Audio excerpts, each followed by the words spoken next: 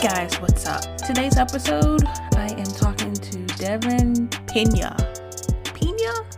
Pena. P-E-N-A. I've known Devanne since 2012, and the story how we met is actually in the episode, so I'm going to save that for that time. But just to give you a little brief synopsis of who Devanne is, and I'm going to start off with the most recent. Devanne is a registered architect and human experience design strategist. She is proud to be considered one of the first 400 Black women in the U.S. to become licensed. She is the owner of an architectural practice as well as Afro Space.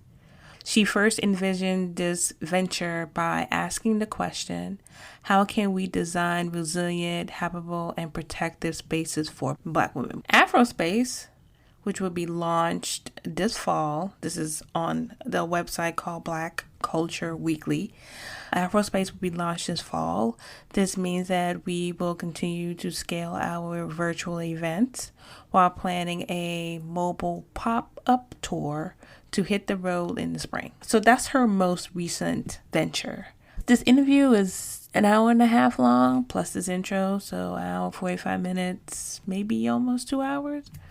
But I don't want to spoil the episode for you, but I love Devanne. She is such a sweetheart. And then after this episode, you will love her too. So here you go. Hi, Devanne. Hi, Melissa. How are you? I'm doing good. How are you doing? I'm good. It's saturation here. I have my window open, but it's like it's like over here. Yeah, that's better. Oh, yeah, you brightened up there. Yeah. Hi, Devanne. Hi, Melissa. Hi, mentor. Huh? Hi, mentor. Oh, I thought I ditched that title decades ago. Because now you're my mentor. You literally texted me, Grant, this morning and said, I was like, apply. Just do it. Anything that's free and you get money to travel, I'm like, Devanne. Yes. You're the one who put me on a lot of travel grants. Never got them, but I applied. Someday. But you know what?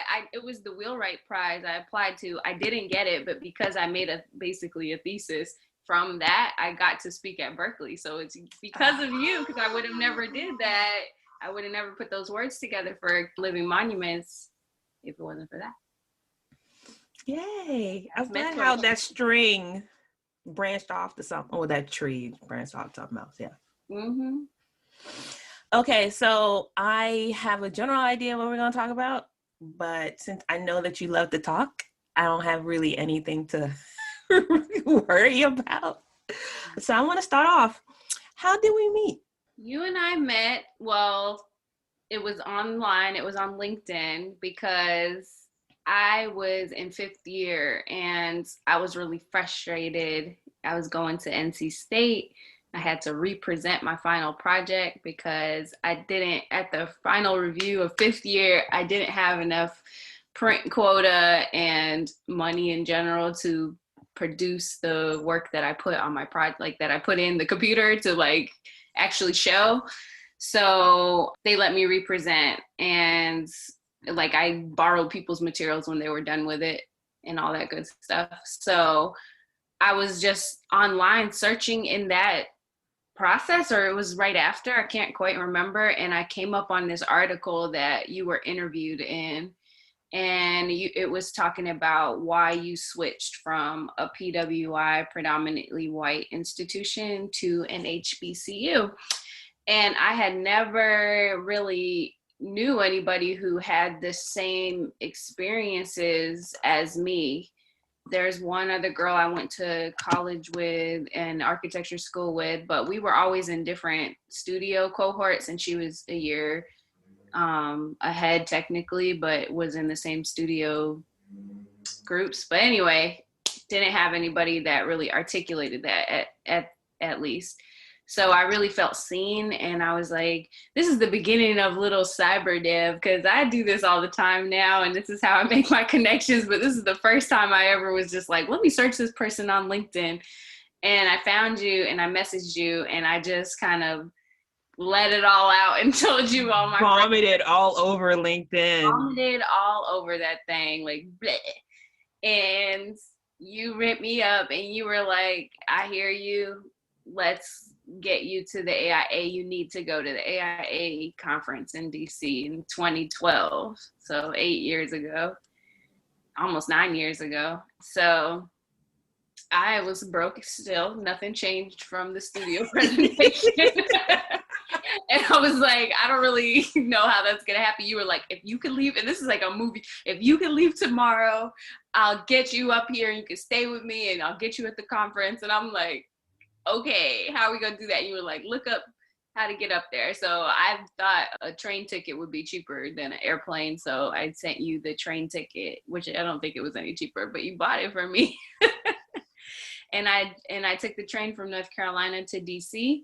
And you picked me up with some other architect homies and with your like flock, and we went to dinner or something. And then, yeah, you took me in and got me into the conference with your little strings that you know how to pull. And I think that first opportunity just like made me hit the ground running. I was never really proactive or like confident to speak with firm owners, even at like studio reviews. I always felt like they would never even want to speak to me. But when I got there, I was like, I just got here. I'm here. Look at this. And I had just graduated. I was excited about it. So that was how I led conversations from there. Let me talk about my perspective on that. So I got your message and I was like, I can't believe this is still happening. I can't believe, because I graduated in 2005. And, at the time, you graduated in 12? Yeah. Yeah. So 7 years later, you're still feeling this way? I thought things will change. And so I was like, no, this can't happen. You are crushed. You are defeated. You hate it. And I was like, no, we got to do something. And I wanted you to have the same experience as I have. Like, even though you didn't grow up the way I grew up and all that stuff. But I was like, no, like, you need a network. You need to see people.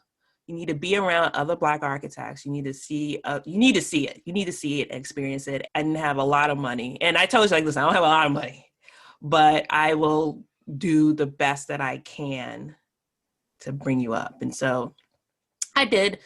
And I talked to people and they're like, oh yeah, sure. I was like, listen, if I had to, pay like whatever, I will pay, but you have to take care of this girl. We have to come together and surround you and just make things happen. And you picked it up from there. Like, there was nothing that I had to do. I just had to make sure that the doors were open, but it was up to you to go through it. And by your personality, by what you wrote to me, I knew that you got it. She's good. And you just gravitated towards other people I didn't even know. And you started talking to, I was like, oh, I don't have to do that. You have that personality from the jump. You knew who you were. You just kept getting hit by all these bullets and it just knocked you down. And all you had to do was all you needed, I felt anyway, is, someone to just, a chance on me. Take some of the or you can out. just offer a piece of platform, because that's what you did, and that was enough for me, because I hadn't had that. I never interned in college, anything like that. Like, I just felt like it was always right out of my grasp, even though I loved architecture so much. It was just like the access was always just to, like, just past my fingertips. And really that was what activated that kind of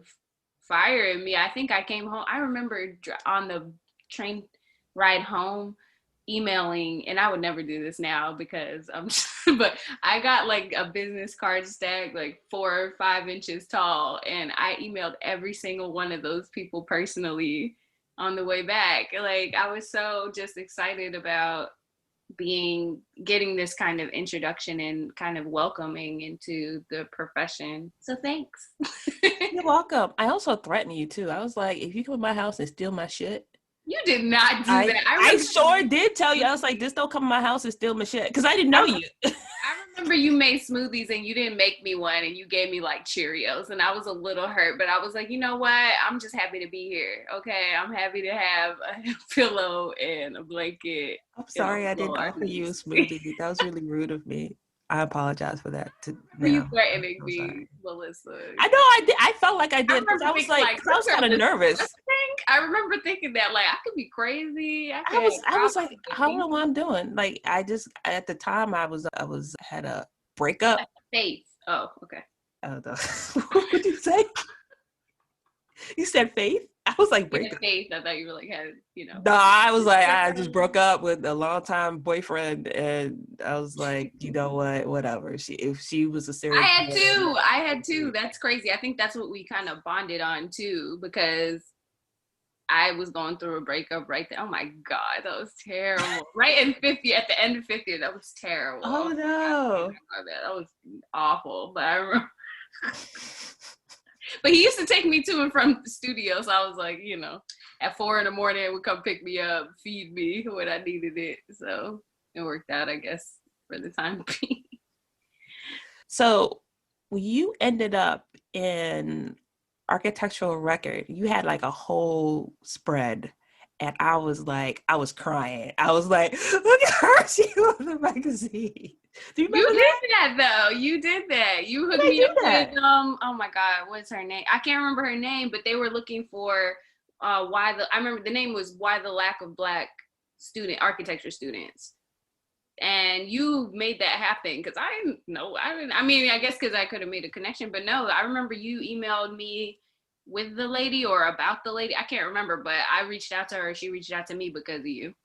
Yeah. So that was my first feature. But I do remember at the conference, I met this like architecture headhunter, and he said visibility is so important. And that really stuck with me. So at every opportunity that I could get to kind of share my opinion and on what I've experienced, I felt like I would do that. And even with no experience in architecture, you know, I had experience as a Black architecture student at a predominantly white school, and I wanted to talk about it.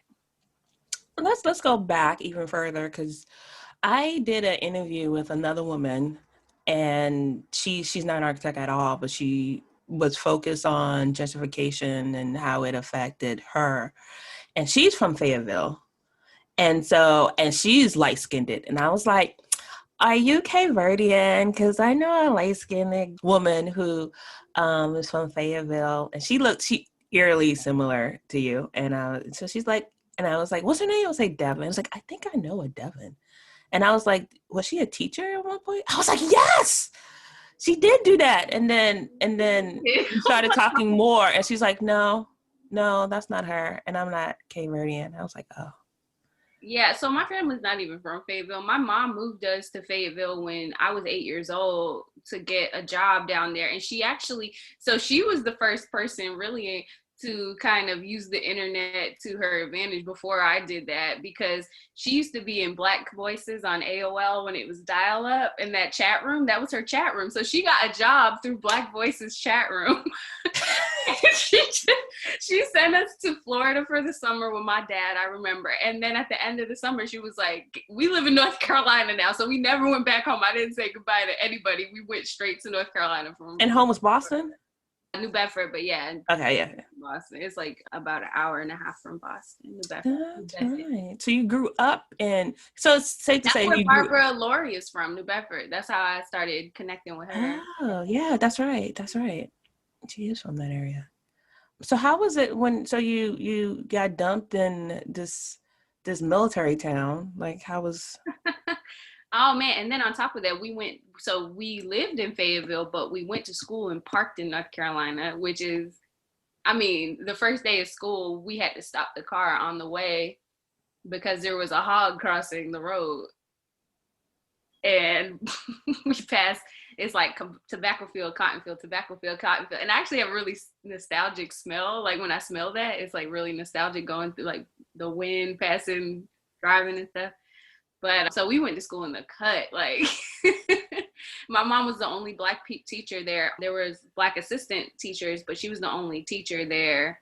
And she experienced all kinds of stuff. But that's where I went to school when I first started. So it was like crazy culture shock because everybody, I couldn't understand me. I couldn't understand them. Like, oh, they had that accent. oh my goodness, yes. So, and it's Black, white, and Lumbee Indian is the kind of makeup, but it's a pretty low income area. So it was just interesting to see, like, even like my mom being a teacher, like we were the, middle class people in that situation, like coming from, she got a house down there. We were renting at the time. We got evicted, but that's another story for another day. We moved down the street. My mom still lives in the house down the street that we got evicted from. But yeah, North Carolina was very a culture shock. But I was talking to my mom the other day because I think we wouldn't have had to struggle as much as we did if she were to stay around her support system up north. Like, you could send your kids to your sister's house for dinner or whatever. So it would have been a lot easier on her. But it was something that she needed to do for herself with everything that was going on with like her dad, my grandfather passed away. And like, she just felt like she needed to change and getting away from just things. So she went through her own journey first. And I told her, I don't think I would have the depth of empathy and humanity and just how I see the world and creativity if I didn't start so young, like at 8 years old, trying to understand people who were entirely different than me. Because even if people are different races up north, like they all sound the same. Like they all have that accent. So there's still like that level of, I don't know, cultural sameness. How did you pick architecture? I don't know. To this day, I try to think about it. I have no idea. Ever since I was 7 years old, I wanted to be architect. I went from I think I was going alphabetically, and I was like archaeologist, and I was like architect, and I was like, that one's good. And I just never went up. That was it. Like that was like a book, basically, of careers, and you just got lazy and just picked. Okay, like story of my life, Melissa. You understand? Like, sorry, but no, my mom, like, she was like, oh, when you were on timeout, like, I'm like, first of all, yo. You ain't put me no day. I just out. What is that? I don't even know. But she said I was in timeout. Apparently, maybe this was when I was very, very, very little. Because they can't beat you when you're right. That's I don't know. I've never heard a time or an out, so I don't remember that. Maybe Anyway, maybe that's buried deep. But so I was like playing with Legos, and I made like a little floor plan, and she was all impressed, and she was like, "Oh my gosh!" So I don't know. There's different sources. I feel like the way I stayed on it, and I think everything was aligned by God, like how the high school program came up in middle school, they told us about it, and they redistricted my high school. So I got to go, so I got to go to the kind of the school that had the, what you would call now STEM program. Very, very good program. So I was lazy in there too, though. I mean, I got A's, but I didn't like any of the engineering stuff. It was just too technical for me. So even drafting was technical. It was an engineering drafting course, but at least to me, it was cool that you could move, your mouse and make lines and that become an object that that you read, that is printed in a book. So we would look at the book, it would be like a part of an equipment and then the measurements. And I really like that stuff. So going to a state school was the only option for you? Or did you think about getting out of North Carolina? Yeah. To me, it was like, well, so I didn't understand anything. Like I did my own FAFSA, like I did all that stuff myself, like college stuff. Like my mom could not be bothered with it. So it was all me trying to figure out how to get into school. And I just knew that in-state was cheaper and out-of-state was more expensive. I did apply to a school in Florida. I want to say it was Florida State. I cannot even remember. I don't even remember the colors at this point. And I got a presidential scholarship, but I realized, I was like, well, that doesn't equal the amount of the tuition. And I probably would have got financial aid, but I didn't realize how that worked. So in North Carolina, the only two accredited architecture, the NAAB or NAB, are UNC Charlotte and then NC State. I'm like, I feel like I'm setting this tone because I remember the reason why I went to NC State instead of UNC Charlotte. So I got into UNC Charlotte, but then they sent another package. You had to apply separately to get into the architecture school. And I was like, that's too much. That is too much. I hate schools that do that. You got into I applied for Syracuse. And I got into Syracuse, and then I had to go apply for the architecture program. And they were like, well, I didn't get into the architecture program. So instead, they put me in this information technology track. And I was like, how did you get from IT to architecture? So I was just, no. Yeah. But also, NC State was based in design.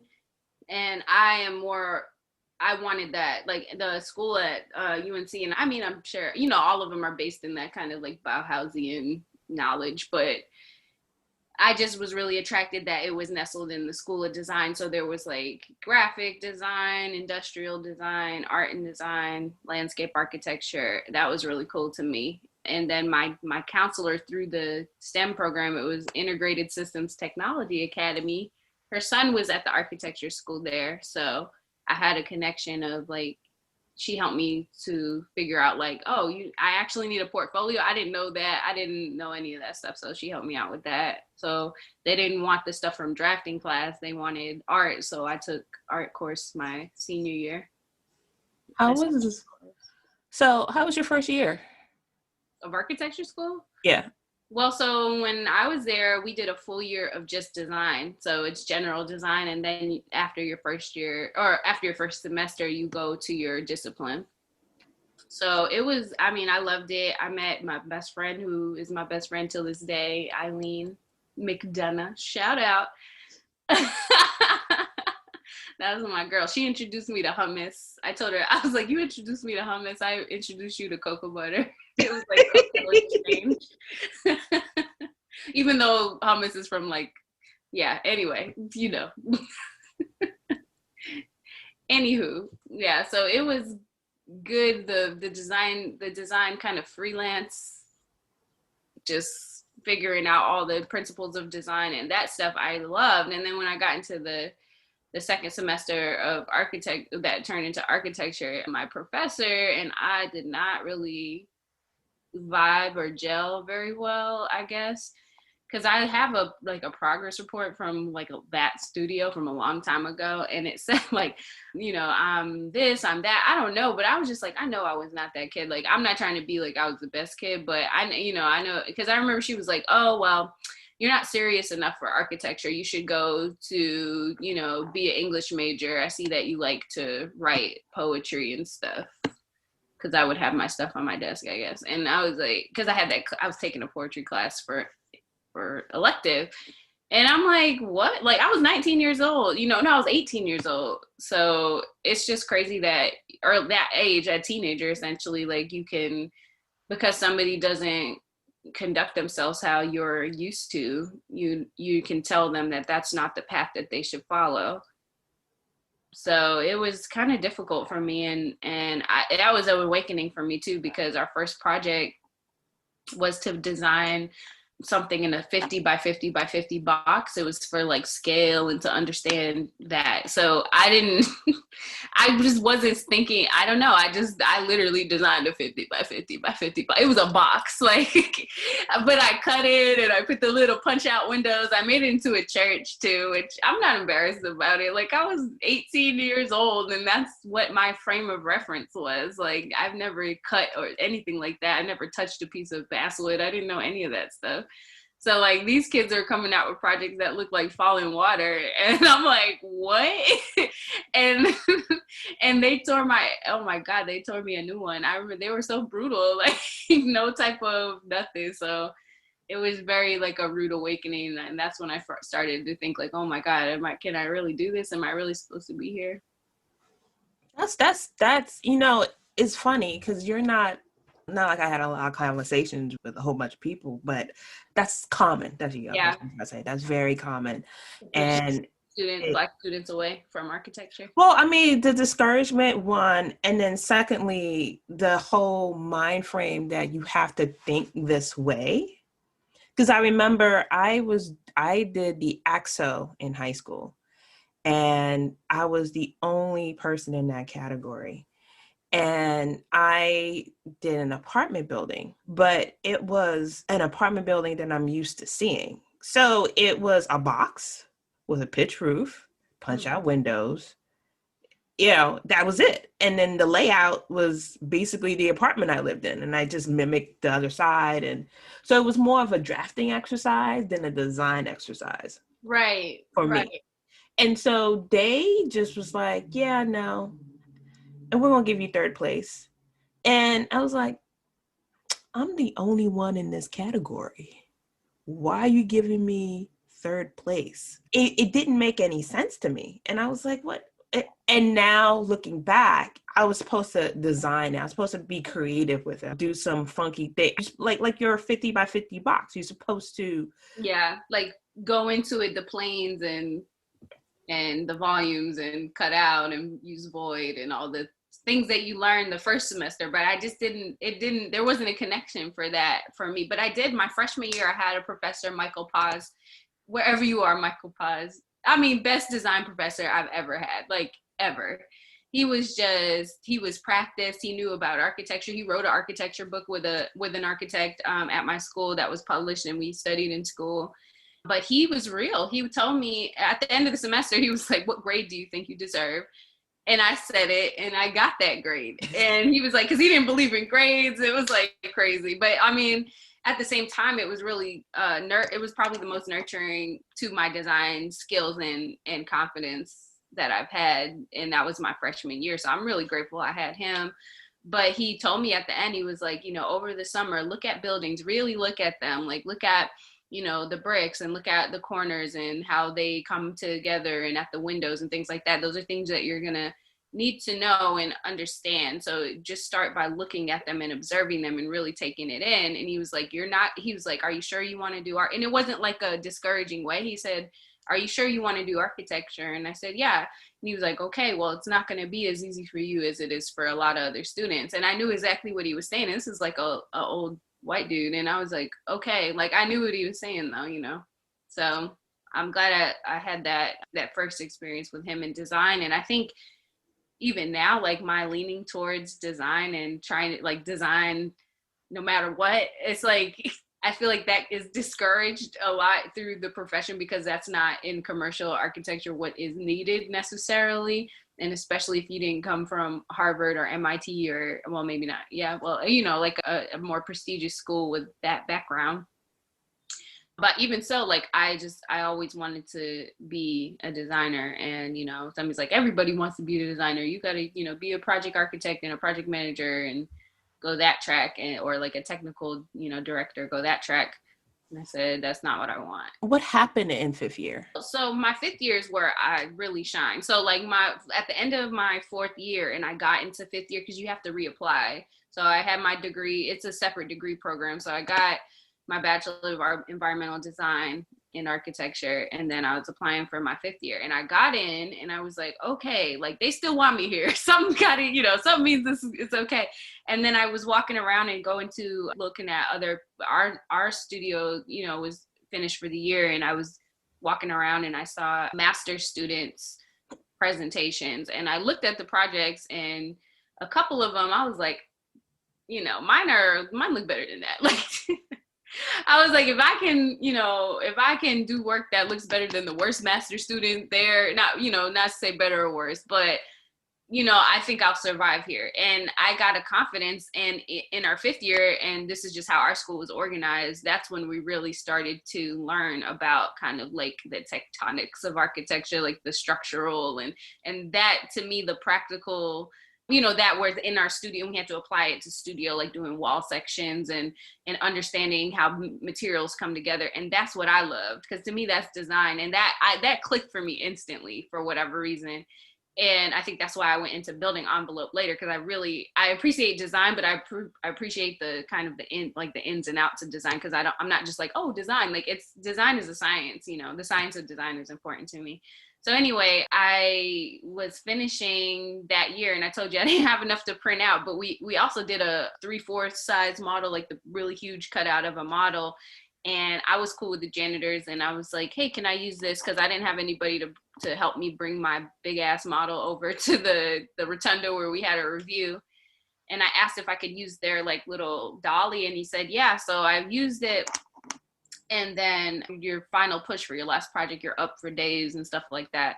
So I got back and I still had my project on the dolly. And then I left, I went to sleep, and I came back, and my model was like broken. Like, and that's, that's our big project that took us weeks and weeks to do.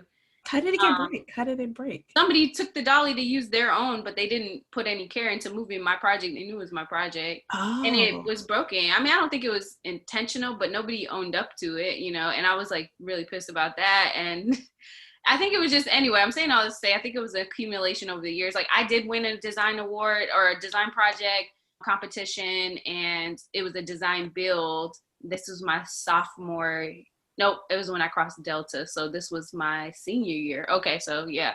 So I won it. I was excited, but then we had to build it, and the whole class, except for 3 other people in the class, went to the other person because they took the top 2 to build theirs, and then only 3 of us came, or it was only 4 of us building together for ours, and we had to split costs, and I couldn't pay equal to my teammates, and I can't be like, hey guys, I'm poor, so just so you know, like, I didn't do that. I don't know how to, I didn't know how to talk about not having it, so I think they thought I was withholding, and it just was like really isolating because I didn't know how to articulate that I'm in need, even to professors, because that's how I got to represent 5th year, because I'm like basically breaking down to my professor, and he's like, I did not know any of this, like, you should have said something, da da da da. And I'm like, when have you ever, when has it ever been a warm or comfortable or secure enough relationship or just opening or environment that I felt like I could say something? It hadn't. It always felt like it was me alone. So when I saw the article, it was like being seen for the first time, because it's intensive. Architecture never stops. I stayed every semester. I did summer school every year to fulfill credits and things like that. It was incessant. So I think it was just to see somebody who had went through what I went through, and I had no idea. Like, I just finished this school, and I didn't know what the profession would look like after going through an experience like that. It was like life, a life vest almost for me, or like something that was like, okay, I can continue in this. Here's this person that's 7 years my senior doing it, that means I can last another 6 or 7 years. How was your first job in architecture? Like your first architecture job? Because you moved, right? I moved to Laredo, Texas. With a firm with you. My mom was like, that's on Breaking Bad. What are you doing? She's like, I heard that name on Breaking Bad. I'm like, oh. My first job after school was teaching high school. So Camille Jackson, the other Black girl in architecture, her mom worked at high school, and she did home ec, and they were looking for a drafting teacher. So and Camille was already teaching high school at another school. So that was both of our entry point. And Eileen, my best friend, because she took over my classroom when I got my job in Laredo. So that was all of our kind of entry point into architecture, was through teaching high school, drafting. And I would stay, like, I think school was from 7 to 3. And then I would stay from 3 till late applying for jobs. I applied to over 100 architecture positions through like the AIA Career Center, and I think this is like before Indeed and stuff. I don't even remember, but other things where I could find jobs. And that was before, when you look for a job, all you see is IT architect. It was before all that happened. So it wasn't that hard to find, positions and stuff to apply for, but I would never get interviewed. I didn't even get one interview, nothing. And I said, I prayed, and I was like, God, I will go anywhere. I do not care. I just need to get my foot in the door. I've got an architecture degree to become an architect. I felt like I had a time limit on it. I felt like I would lose the momentum. So I just had to do it. And I got a call an email back for a phone interview about a job in Laredo, Texas. And so I got the job, and I packed up my car. I didn't even have a bed when I was teaching. I was sleeping on the floor, so I didn't take much to pack up my stuff in my 98 Chevy Cavalier, and I drove down to Laredo, Texas, right on the border, baby. So everybody's Mexican there, like literally everyone. And I'm in that spectrum of brown and it's kind of like middle of the road. So Yeah. my last name happens to be Pena, which looks like Pena. So everybody pretty much thought I was from there, and I didn't speak the language, but it was like studying abroad again, honestly. It really was. It was awesome. My coworkers, I love to this day, we're close. They took care of me, man. They really took care of me. They're like a family to each other, and they kind of let me into that. So it was awesome. Yeah. Do you think that there was a point where you had like a big break or like an aha moment in your career? Yeah. Did you have one? Like, I don't know. I would say getting the job that we just talked about, only because like it made me feel valid. Like if somebody is like, you're valid, you are good enough to work at an architecture firm. At that point, at being, 22, 23 years old. And it was like, wow, like this means I can become an architect. Because school is like, okay, I got through school, but I barely got through school. So the fact that somebody hired me to be at a firm, like that was really big for me. And I think I have had several, I have aha moments all the time, man. Like, I don't know, like so from Laredo, me and my friends from Laredo would visit Austin, which is like a 5-hour drive, I think, or 4 hours, to go to South by Southwest and to go to like little stuff and stuff. So they have friends there, and I saw a black girl and I was like, black girl. Like, I love my Mexican people, but I ain't seen a black girl in like 10 months. So I started talking to her, and her husband worked at a general contractor, and they were looking for a project coordinator. So I applied to that, and I got it, and my salary jumped from, I think I started at 30,000. This is 2013. To go to 51, and I was crying, like weeping, crying with my coworkers who were at the office, and they were like so happy for me. I just remember like my Victor and Edna. But anyway, yeah. So it was always just that somebody believed in me to take it to the next level of my career. That was always like who, me? Like.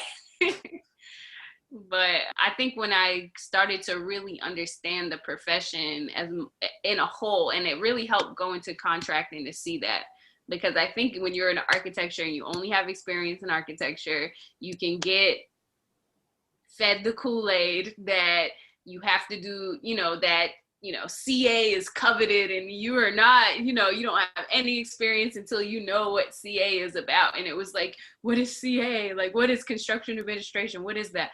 This is just how it was back then. I just feel like there were certain parts of access in architecture that you weren't allowed to see at all. It was like the Wizard of Oz, like, and it was like, and it kept you being like, okay, I guess I deserve this underpaid salary because I don't know everything about architecture. And then going to construction, I'm like, like these people pay more, and I can see it from their point of view, and it's practical stuff that I'm doing, these change orders or processing these change orders and these submittals and all the things that, and RFIs, all that good stuff, and seeing how the building is getting built and how problems are getting resolved in the field in real time, seeing what these details actually look like in the construction. We did do a lot of interior work, but there were some ground up projects too.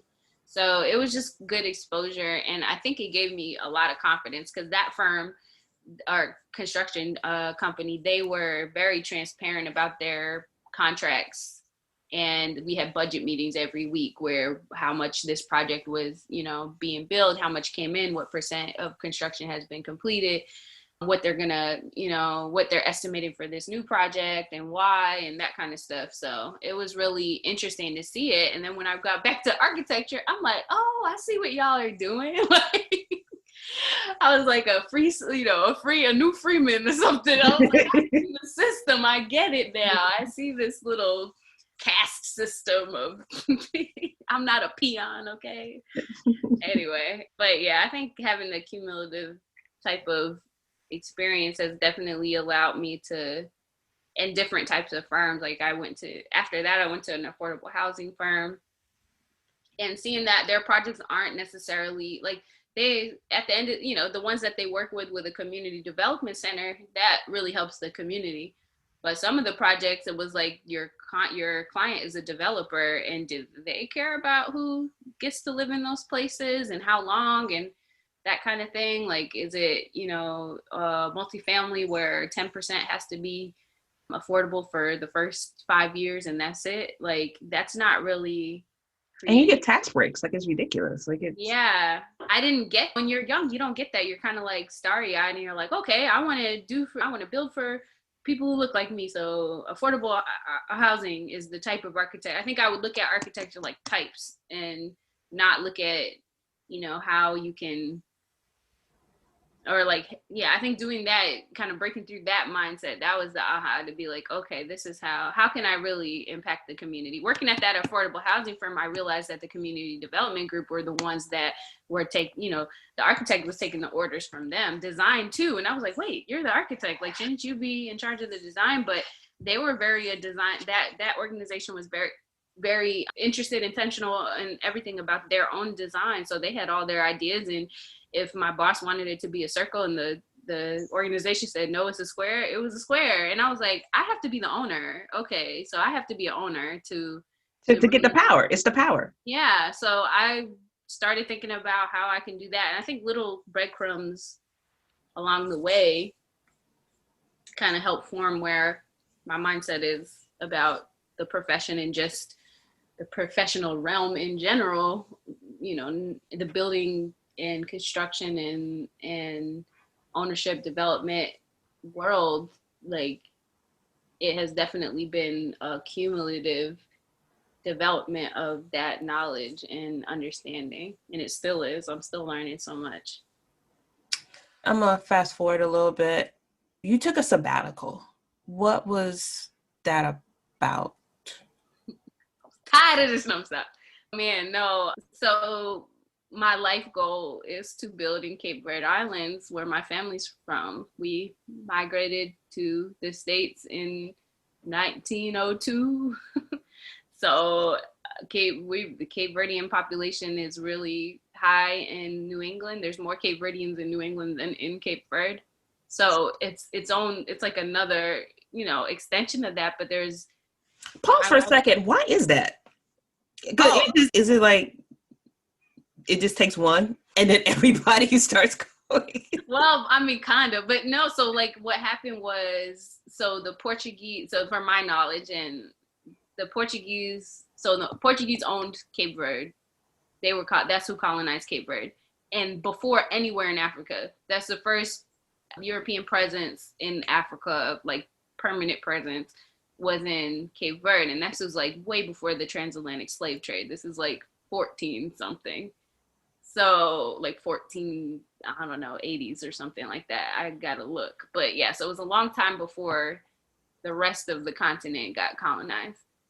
So but it was a slave port. So they would take Africans from West Africa and other places and use it. And that was kind of like a stopping point before they decided to go to the North America, South America, everywhere. So they fought for their independence in the 19th. So okay, slavery abolished, fast forward. They were still citizens of Portugal. They were granted citizenship to Portugal. So they were really Portuguese citizens up until 1975. So there's more Cape Verdeans in Portugal too than in Cape Verde, because they had that access, the ones that had the money to go and do that. So then there was independence of all Lusophone Cape African, which is Portuguese speaking and Portuguese, owned countries around Africa. Angola, they had a pact. Angola, Mozambique, Guinea-Bissau, all the kids. So there's actually multiple Portuguese-speaking African countries, which when I started doing my research for Wheelwright, that's what because I wanted to understand. So that was my first kind of delve into that. But anyway, so they got independence in 1975, and a lot of Cape Verdeans, because how like in Ellis Island, all these Europeans were coming to the United States. Cape Verdeans got too, because they had Portuguese citizenship. So So they were basically, and it was more the light-skinned Cape Verdeans because they could pass as being Portuguese, because Portuguese are more browner than other, in like Spanish or in Italian, this from the South, they're a little bit more brown. So, I mean, if you have, a hat or bonnet or whatever, you could kind of pass and get to the States. And then there was like, okay, come on, family. When they made money enough to come to the States, they brought their families. So my great grandfather came over in 1902. He was a sharecropper, or like in the so he worked in cranberry bogs. I don't know why I was laughing at that, but it's just funny because like you think of like sharecroppers like cotton and tobacco, but it's that up north they were like doing like cranberries and stuff like that.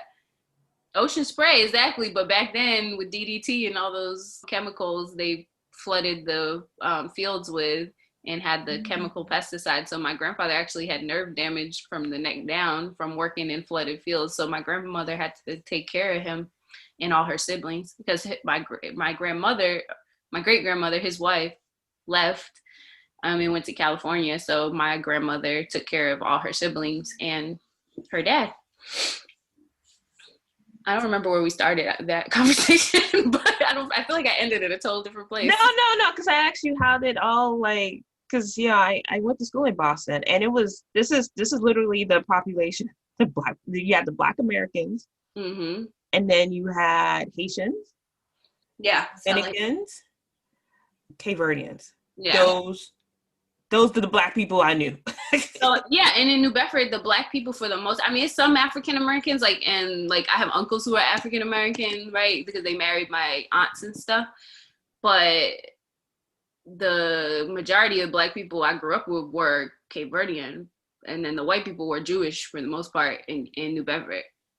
So when I moved down south, like white people were like white people, and then Black people were like real Black people. Yeah. The real Black people. But I was like, oh, y'all for real Black, like this. Like, so it's funny because I would grow up and they'd be like, what are you? And I'm like, I'm Black, and they're like, no, you're not. I'm like, yes, I am. Where are you from? Cape Verde. Where's that? Africa. Why you light skinned from Africa? I don't know. I just am. This is weird though, because I had to go through something similar. Because when I was first started school, I had an accent. Because my mom's Trinidad, everybody's Trinidad, and we all hang together. So I had an accent. I had a Trinidad accent, and all the kids would make fun of me, like, "Where you from?" And I was like, "Trinidad." Where's that? I was like, "It's an island." And they're like, and then I had to explain it's an island off of Venezuela. And then they were like, "Where's Venezuela?" I was like, "God damn it, get a map." Never mind.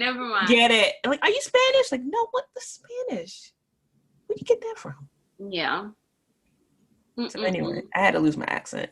I had to assimilate. Oh, I did too, from to the South anyway, because I was up north, like, Mrs. So-and-so, can I go to the bubbler? Like, what the heck is that? I'm like, what's a bubbler? It's a water fountain.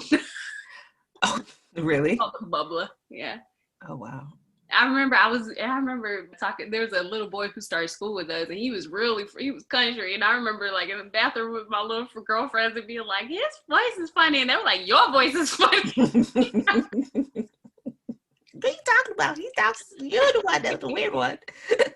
Oh my goodness. Yeah, humbled real quick. But yeah, I had to assimilate to being, so I'm kind of, I don't know, I'm in a weird, like I kind of don't have an accent, but I kind of have a country accent now. You do have it, yeah, you do. Living in the South for so long, you got a little twang. You got a little twang in this thing.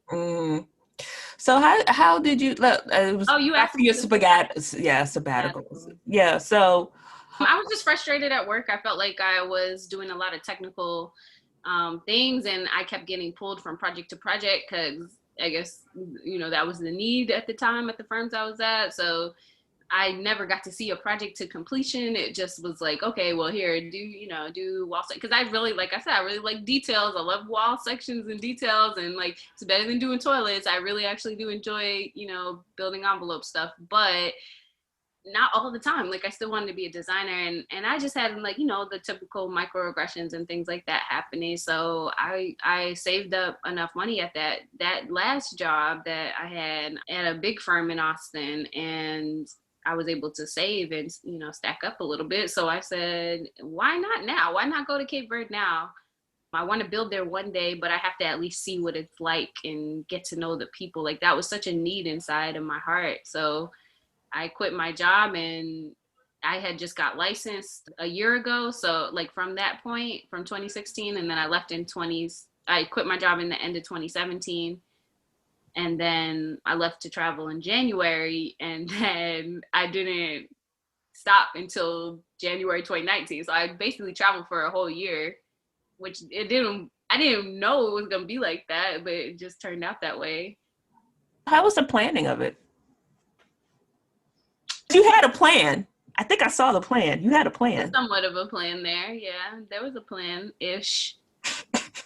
I really was like looking for flights to Cape Verde, and then I saw that you can fly to the connection flights.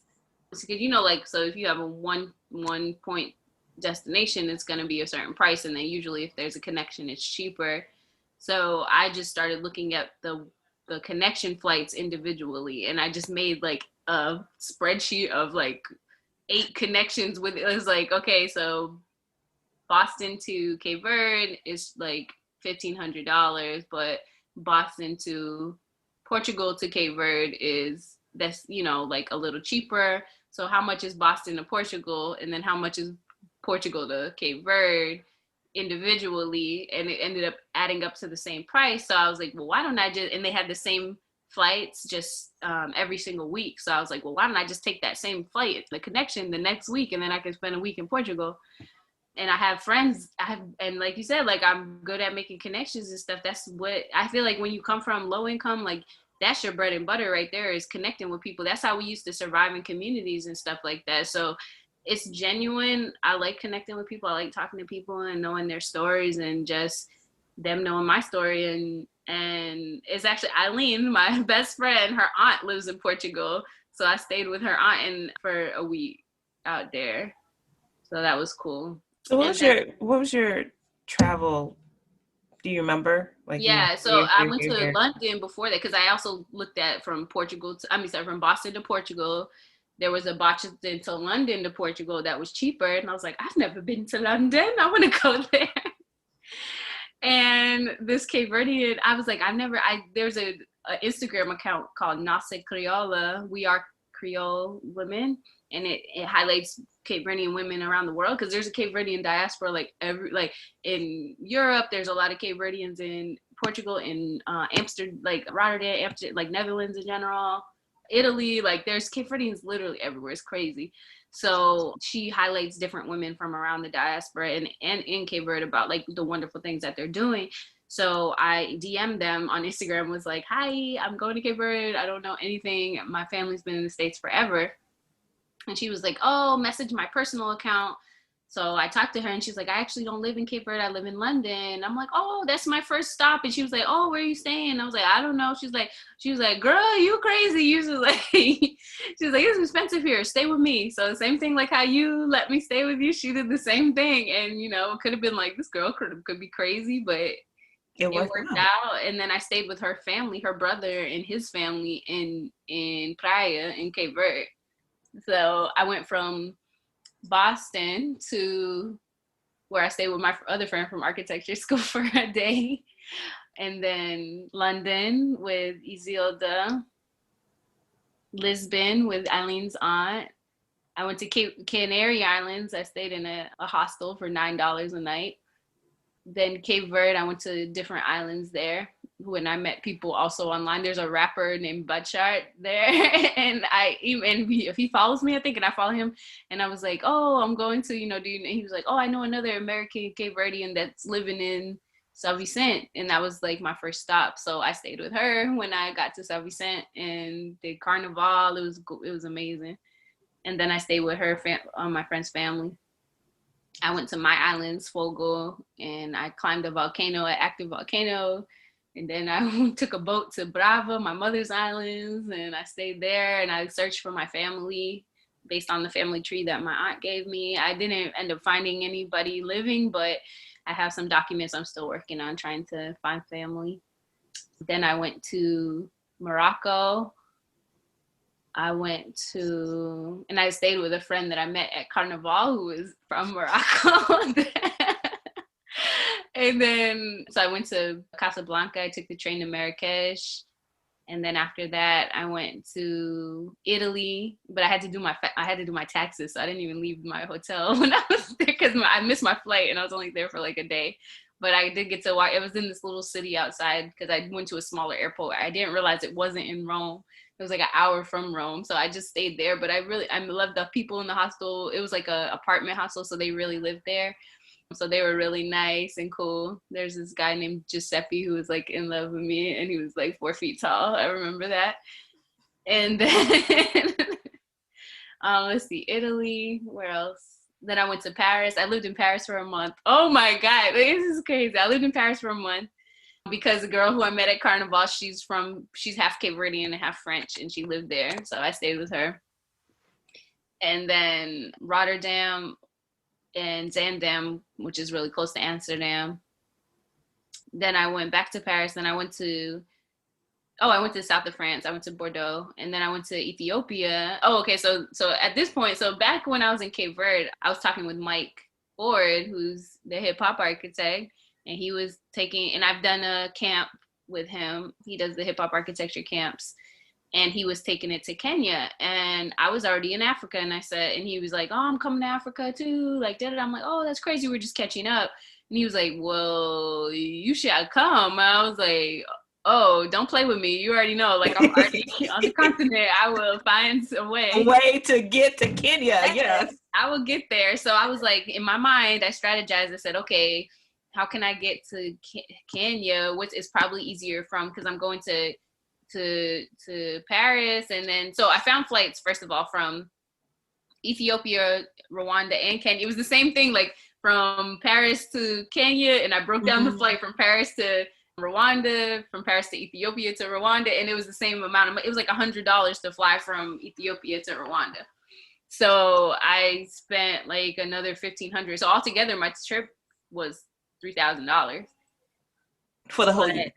Yeah, and I was supposed to go from Paris to go to Iceland, Reykjavik, and then go back home. Well, to go to Toronto, and then I was going to take the bus to Massachusetts to see my family for the summer. So then I ended up canceling those tickets. I couldn't get my money back, but they were cheap, so I just ate it.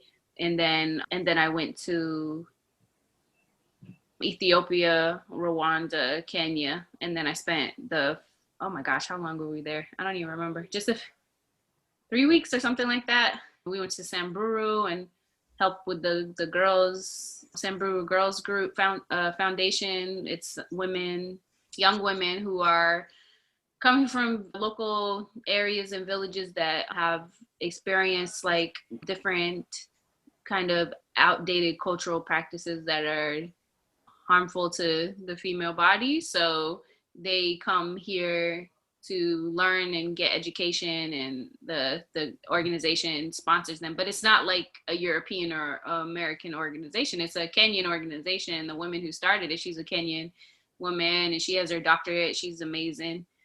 So we went there and we did a hip hop architecture camp, but we also just spent time with them and stuff like that. So that was amazing. I just feel like that year was just enchanted. And I was like, who do you think you are, like doing all this stuff? Like I climbed a volcano and like hung out with young women from Kenya and like lived in Paris for a month. Like what? Like it's amazing. This is why you're my mentor, because that whole journey, like I would never, if I at the age that you did that, and compared to the age that I would have been if I was at your age when you were doing that.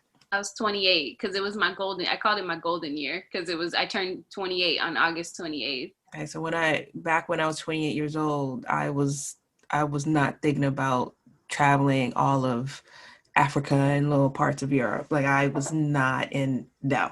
And so when you did that, that's like, how was the first like language is difficult for me. Yeah. So it's like but you grew up with that language. Like I didn't. So I learned it. I forgot about that. Was it hard? Like, was it? Yeah. But it was really hard. So no one in your family spoke. Nobody in my family alive speaks Cape Verdean Creole.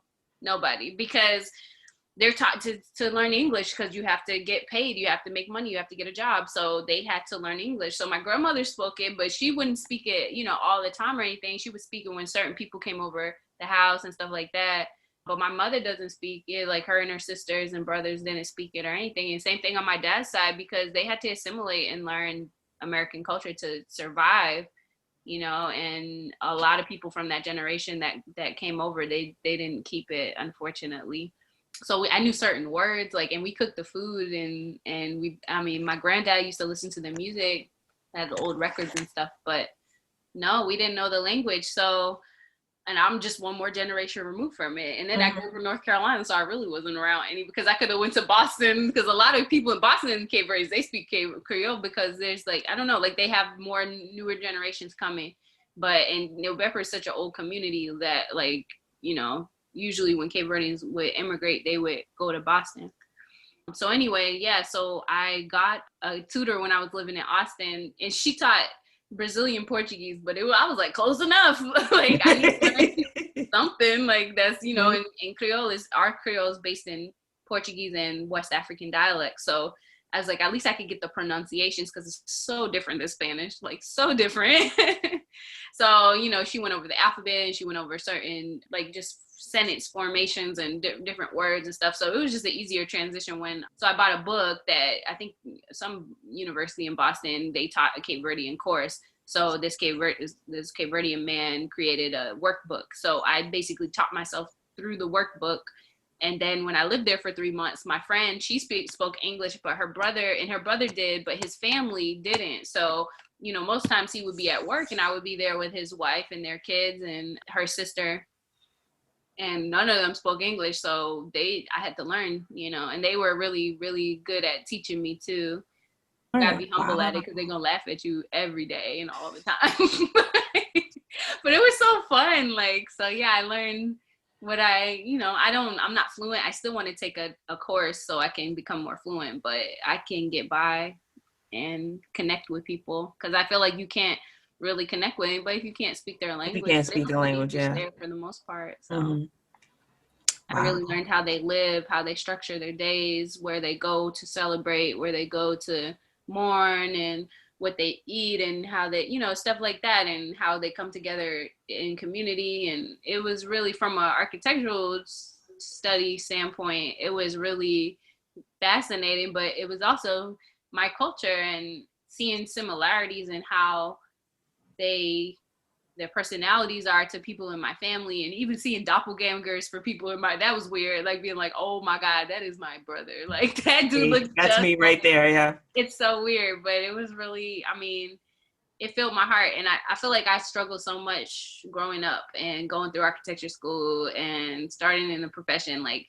and I had a lot of trauma associated with that. Like, growing up was really, really difficult, but I just felt like it was all, made worth it with that trip. Like, it almost was like a salve that just healed all of that, or at least began the healing internally. It takes time, but it really was like, wow, I deserve this. Like, that's amazing. You came back a different person. Yeah, for sure. So you're back in the States. You're like, sleeping on a soft bed. Like, I was. Oh yeah, that's funny. Not taking bucket showers anymore. Yeah.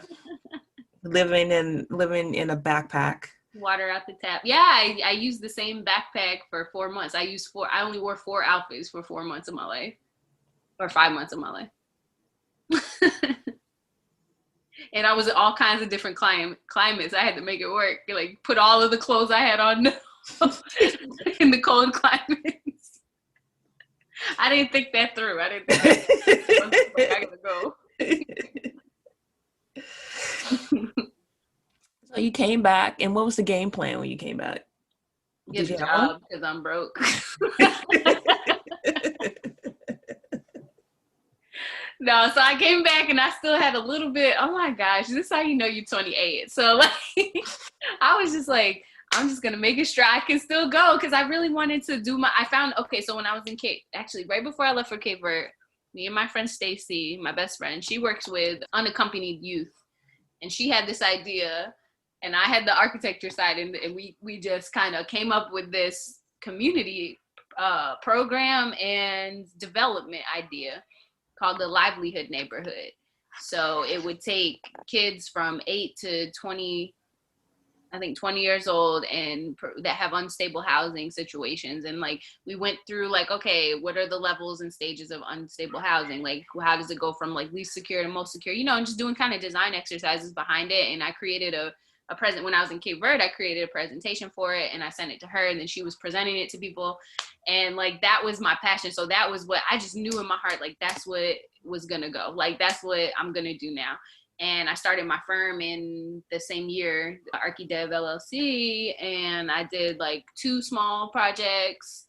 I got invited to speak. So I just thought I could like handle like living and also building this thing at the same time. So I was living in New York. I lived in New York and New Jersey for, I think, a month or a month and a half with friends. And then I went back to North Carolina. I stayed with my mom for like 4 months. And then I was like, all right, it's time to look for a job, because this isn't, you know, it was like I didn't have enough of a foundation to launch. So, you know, I talked to Stacy, and I was like, I can't do this right now. Like, I really need to provide for myself to build, like, you know, when you don't have net worth, like the money that you save, that goes by really quick. Like, if you don't have anybody, you know, providing any type of foundation for that financially, and you're your own financial foundation, yeah, especially with all the travel and stuff like that, I was like, I got debt to pay off. Like, I got to figure this out. So, but before I did that, I actually just went to visit my sister in Florida, because she has my nephew, and she just got her associate's degree and got a job, but the job shift was till like 10 p.m. and he was only 11 at the time and would be home by himself for a really long time.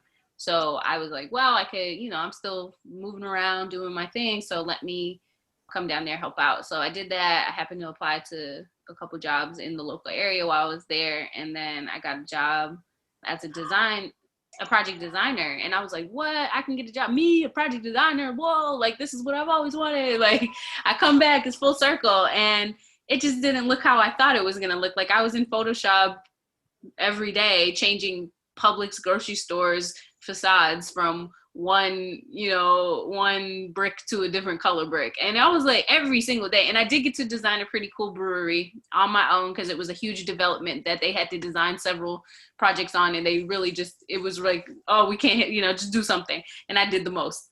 And they loved it. The client loved it, but they didn't tell me that the client loved it.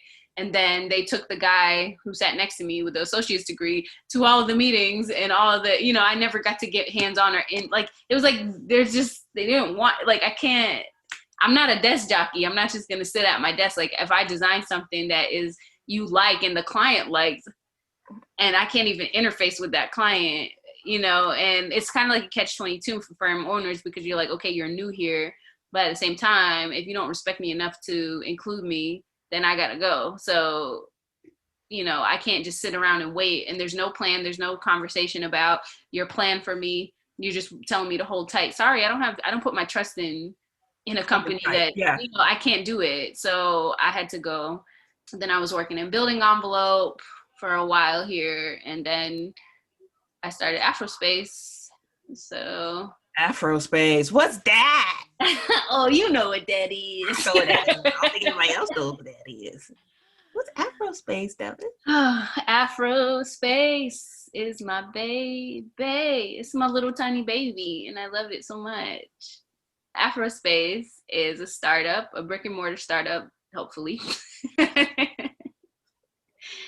It's a place where natural hair women and people with diverse identities can go to do their own hair. It's like a DIY natural hair lounge. So there's a product bar when you walk in, and you create your own product that is, or like, you know, a custom product from a menu that is catering to your specific hair needs. And natural hair has all kinds of different factors that make your hair look and act how it does.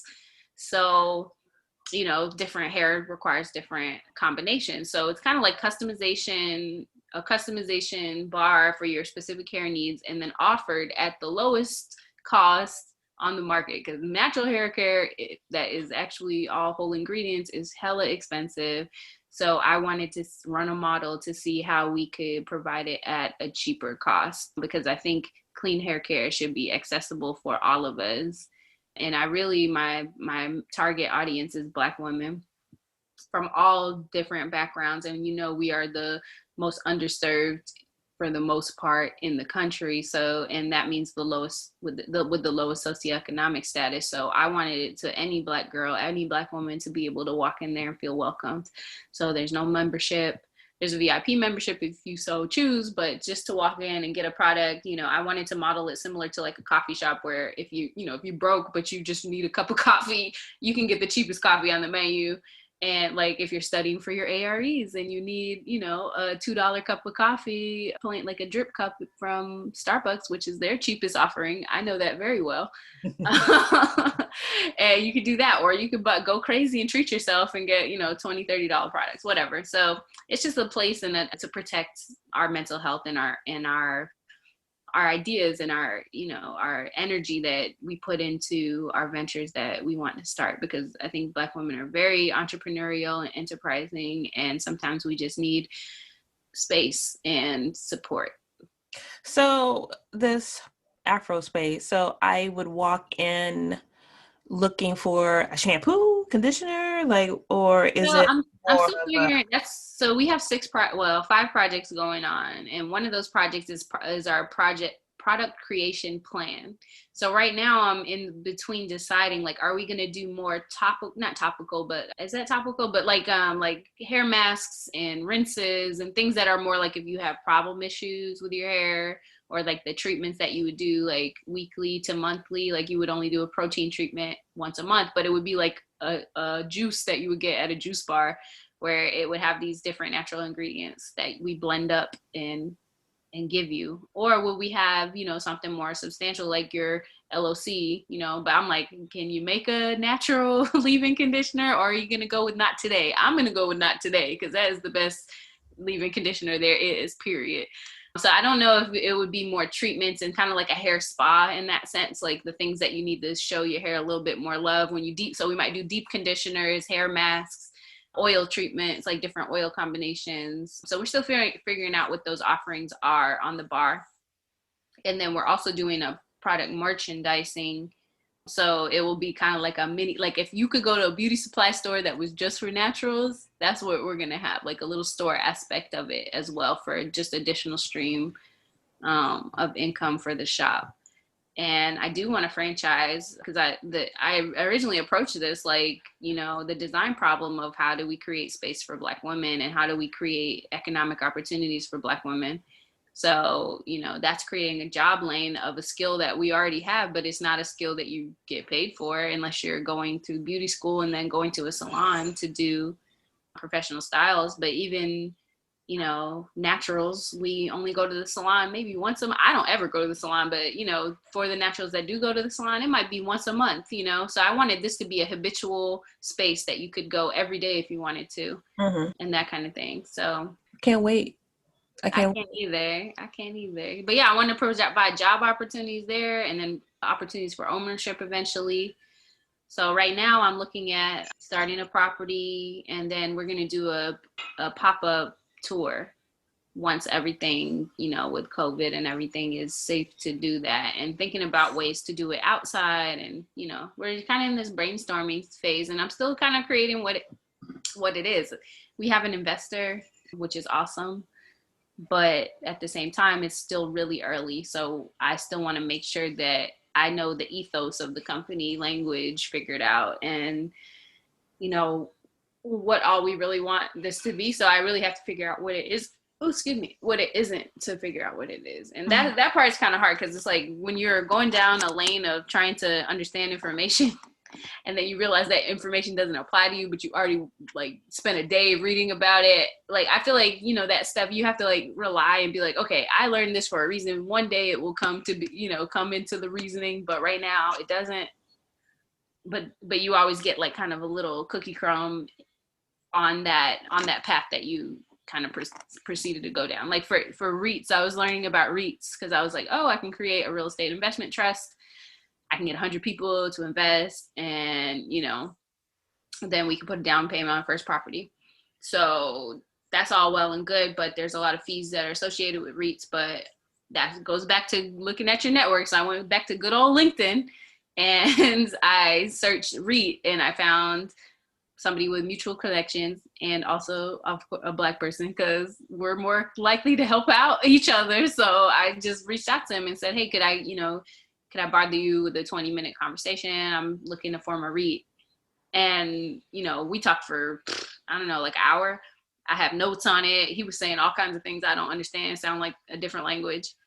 But he also told me about like syndication, like property syndication or real estate syndication, which is probably a better first step, because REITs, you want to have kind of he's like, look at your first, once you got 3 properties, then you could sell those to the REIT, but maybe you could start with a syndicate. And I'm like, oh, okay, yeah, great. That sounds like, I don't know what a syndicate is.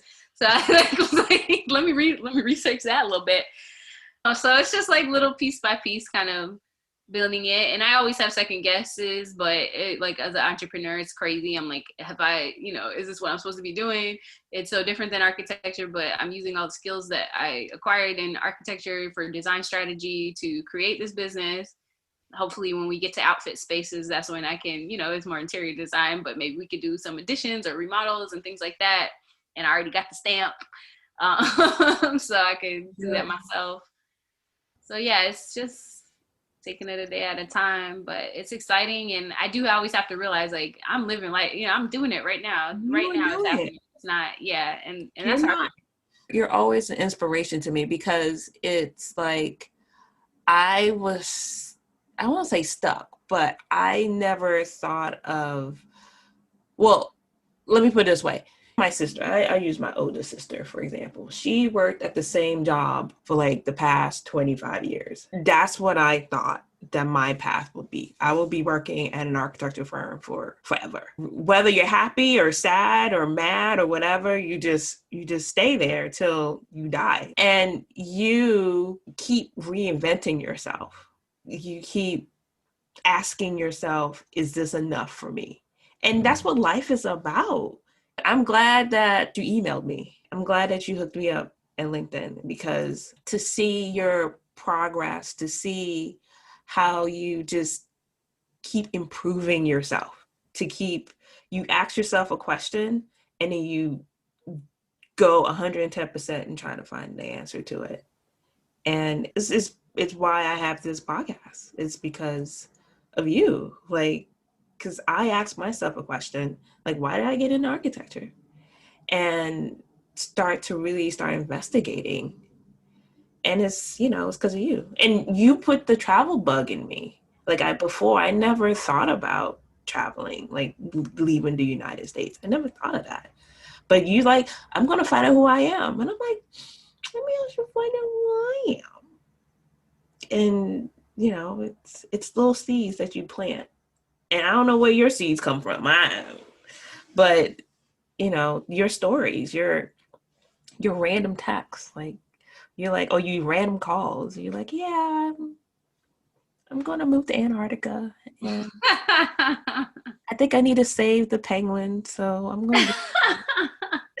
And that's the thing, like, I think it's all connected too. I honestly just take and I'm spiritual. Like, I think you gotta, whatever your source is, like, you gotta hone in on that. And honestly, I think if I had a stronger tie to my family, like I have a bond to my family like no other. Like Cape Verdeans, you don't even know when you meet them, that's your family. So Cape Verdean family, I think we're used to going across, the water and then having to send money back, and then over 10 years, and then you get to see, it takes like, it's like that. And so I think because my mom moved us away from the family and stuff like that, it's just, I never had the security to feel like this is something that it's not holding me back, but holding me down, like I never was really held down directly. So it's like, I could do it. I was just up there.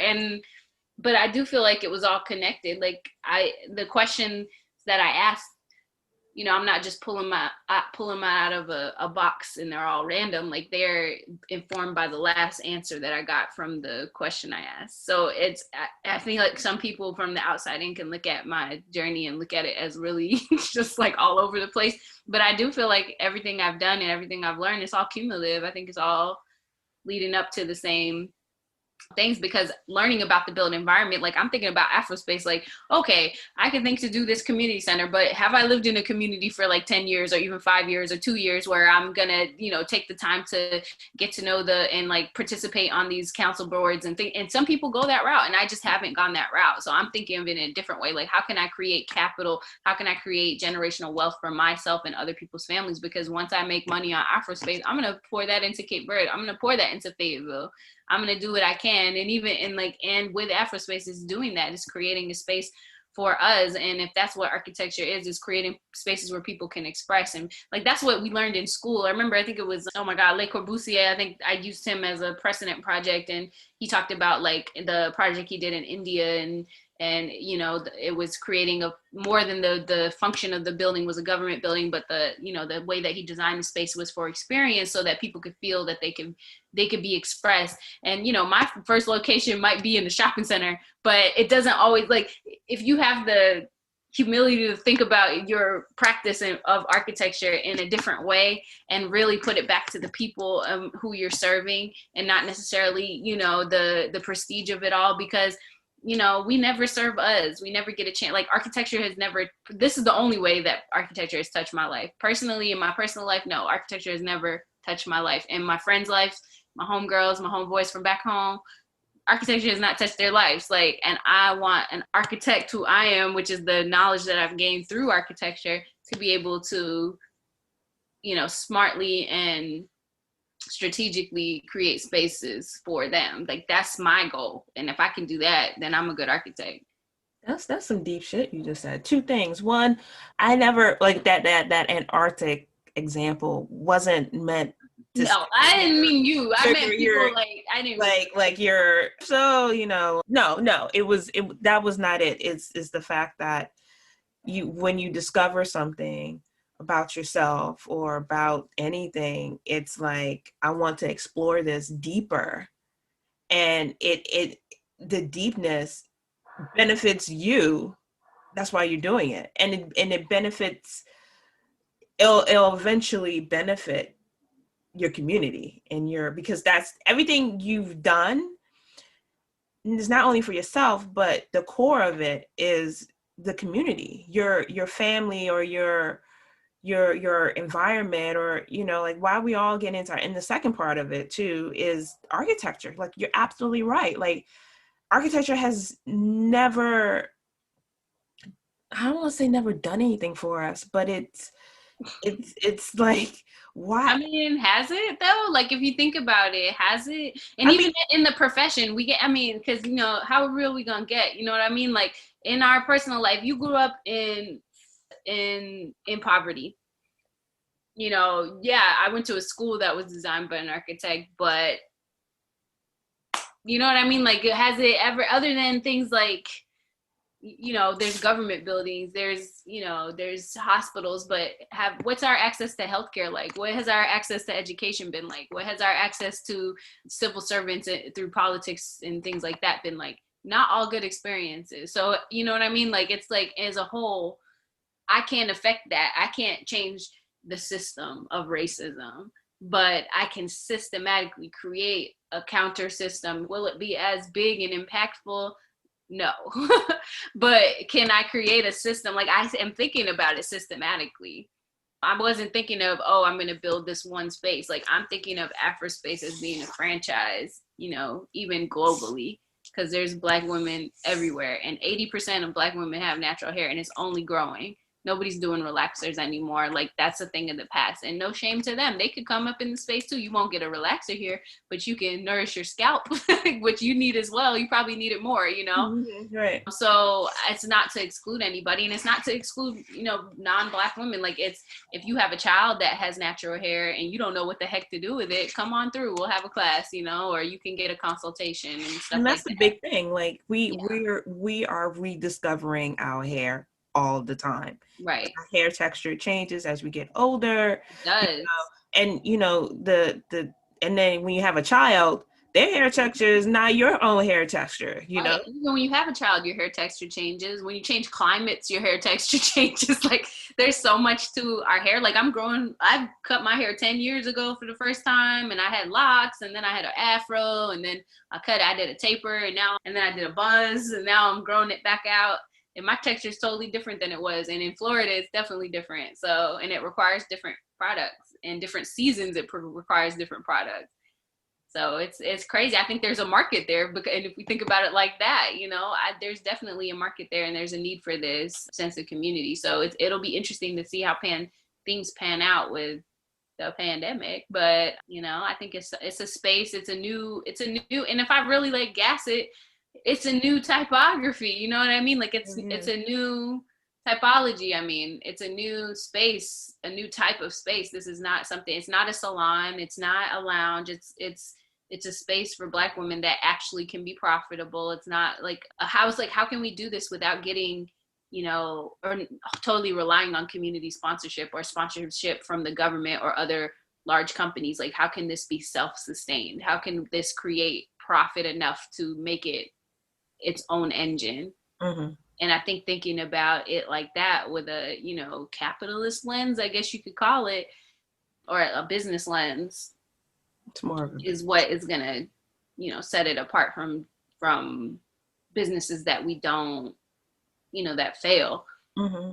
Because I think they're really strong in food industry, and we're strong in, personal care industry and things like that. But a lot of that is kind of transactional. But I'm like, how can we have public space where you feel comfortable, where you don't feel like you have to look over your shoulder, where you don't have to feel judged, even when you're a confident person and you don't ever feel judged. Like, maybe you don't have to access so much of that confidence here. You can just be yourself. Maybe you don't have to put on that armor. Maybe this is a space where you can disarm and really take out your hair. Like, that's such a personal thing to do, and to be able to do that in public, I think that's powerful. I think that your hair is your crown, and I've never cut my hair. Like, I never done a TWA. Like, I never done that, and I don't know how I would react if I didn't have my hair. Yeah. And versus you cut your hair. Your hair, like, it's a transformation. Yeah. And so you totally have to redefine how you look at yourself inside and outside, mm-hmm. because when you look at yourself from the outside, it's how you feel about yourself on the inside. So you're changing how you're looking on the outside, but you're like, that wasn't me really. Like, that isn't really me. And I think it even helps when, because when you're aging and you're getting older, and I'm 31, but I'm going to be 61 one day. And I talk to my mom and stuff like that. And you're constantly always having to look at yourself through a new lens. I heard a woman, she was an activist, from like a Black Panther activist. And I can't remember her name, but she was saying, like, every 10 years I start, looking at I have to redefine myself, like how I look at my, my face and my breast and my body and my, and who I am all on the inside too. And I think when you cut your hair, it's kind of like getting a piece of that in a way, like, it's not by force. It's not like, oh, my body's changing and I have to react to it. It's like, I'm changing something that's essentially part of my body, and I know it's going to be a journey, and I'm agreeing to this journey. I don't know what's going to happen. There's going to be bad days. There's going to be good days. There's going to be days where I'm like, I look crazy. There's going to be days I'm like, okay, all right. Even now, I just washed my hair. I didn't do nothing to it. It's just washed, just wet still. I think it takes a lot more for different people. I think somebody who has 4C hair, it takes a whole lot. I think it takes a lot for anybody. But I think if you have a different hair texture, if you have a different skin color, it takes more. Like, if I was dark skinned with a 4C hair texture and did a big chop to understand that confidence, and to really, and granted, you could have traumas in your past. So if you were never supported or told you were beautiful when you were young as a light skinned person, but you were dark skinned and then, we don't know how that measures out. But I just know from a societal standpoint, like, I can only imagine how difficult that would be to gain back a confidence and feeling beautiful from the outside and powerful and like secure and professional and all those things when you have a much coarser texture, you know, because I have like 3C 4A texture and, you know, peanut butter skin. So if I was dark chocolate and had a 4C hair texture, you really have to know yourself and be confident in yourself and how you perceive yourself and how nobody else does. And I still have to do that, but I think, you know, you have a little, I don't care what society thinks about it, but at the same time, is that a privilege to not really care? You know what I mean? Like, cause I know it will, you know, be accepted to a certain, you know, more acceptable degree. Because literally, if I wet a brush and I do this gonna lay down and look like Ricky Martin. I don't know why I said Ricky Martin, but Ricky Martin. I don't know why I said Ricky Martin. That's just the name that came in my head. I don't think I look like Ricky Martin. I am living the vida loca. Hey. No idea. Jennifer Lopez? So you trying to put that? Oh no, I don't know why. I think because I like, you know, you slick it down. Maybe I feel like Ricky when I do that. I was like, whoa. It don't stay like that for long. No, because you got to put gel and all that stuff in it to make it control, right? Mm-hmm. But I just know, you know, and I know when it gets longer and things like that, those are the curls that, you know, white people would be like, oh my God, I love your curls. But like, you know, if it's a real nappy afro, not everybody's going to give you those things. They'll look at you like, what? You know what I mean? But you got to be in charge of that, you know, and take it. It's hard. It's hard. And I use nappy not as a derogatory word. I think that's we've taken that word back and empowered it, just like other words that start with other N words out there. Other N words. Oh my goodness. So what's next for you besides Afrospace? I am taking it a day at a time. So I think I might do a part-time job, continue to work on Afrospace. There is really nothing besides Afrospace. Like that's the goal. That's your baby. That's my baby. I'm looking at properties. We're gonna do our crowdfund campaign soon. I was gonna launch at the end of the month, but I'm not 100% sure about that. So, is Afrospace on Instagram or is this on Facebook? Yeah, it's on Instagram. It's Afrospace Official, and then our website is afro.space. So super simple. But our Instagram is at Afrospace Official. Can I take a second to just say I'm really inspired by you and proud of you for doing this podcast? Like that's amazing. Especially because I know you anti. You're a little bit anti. And just stepping out of your comfort zone to record your own voice and have these conversations live or not live, but you know what I mean? And like, that's awesome. And you're moving the needle. Thank you. It's inspiring. And you got like 1,000 something followers and you're only like following like not even close to that. I was like, oh, excuse me. I know. It's so weird that people are listening to me. They're listening to you. It was a person I used to work with that added me on Instagram, and she was like, oh yeah, I saw you were on the Architecture is Political podcast because you posted the video from the conference that we were doing. And I'm like, yeah, that's my friend. And then another person says something about it we're in this group chat. And I'm like, yeah, Melissa's my first mentor. Like, da-da-da. And I told him that story too. I think it was Ellen. Did you talk to Ellen? Yeah, Ellen, yeah. Yeah, I didn't listen to that one yet. But yeah, so I was like, yeah, me and Melissa go way back. Way back. Way back. It's sad how old we are. Exciting. It's great. I just can't believe it. It's been that long. Being old. People are great. Yeah. They're cute. They got health issues. I can't wait for the younger people to say, oh yeah, look at Melissa and Devin, they're cute because they're old as hell. Yeah, look at these cute little old people. Oh, old people. I'm getting the old people neck. I'm looking at myself. Stop it. I am too, though, when I turn. You look so much like your mother. When you were talking, I was just like, wow. Dream Pena, baby. Okay, so let me wrap up. Okay. Thank you so much, Devanne, for coming on. Thank you for having me. Hey, listeners. I have an exciting announcement. I decided to launch a membership program for the show, where you have a chance to support me and the show directly. I love creating the show, and it means the world to me that you all tune in to keep hearing me week after week. But it takes an immense amount of time and energy to produce. I want to keep the show going, and I want to invest in its growth. And I also want you to become a partner with me in this journey. That's why I'm excited to give you a chance to officially become a supporter of the show at glow.fm/archispolly, ARCHISPOLLY, or by clicking the link in the show notes. It's quick and easy. It takes less than 30 seconds and just takes clicking a link in the show notes and using Apple or Google Pay. You don't have to create any new logins, and you can contribute as much or as little as you like. If this show is part of your day or week, and you like what I'm doing, then visit glow.fm/archispolly, all one word, and support me and the show in any way you can today.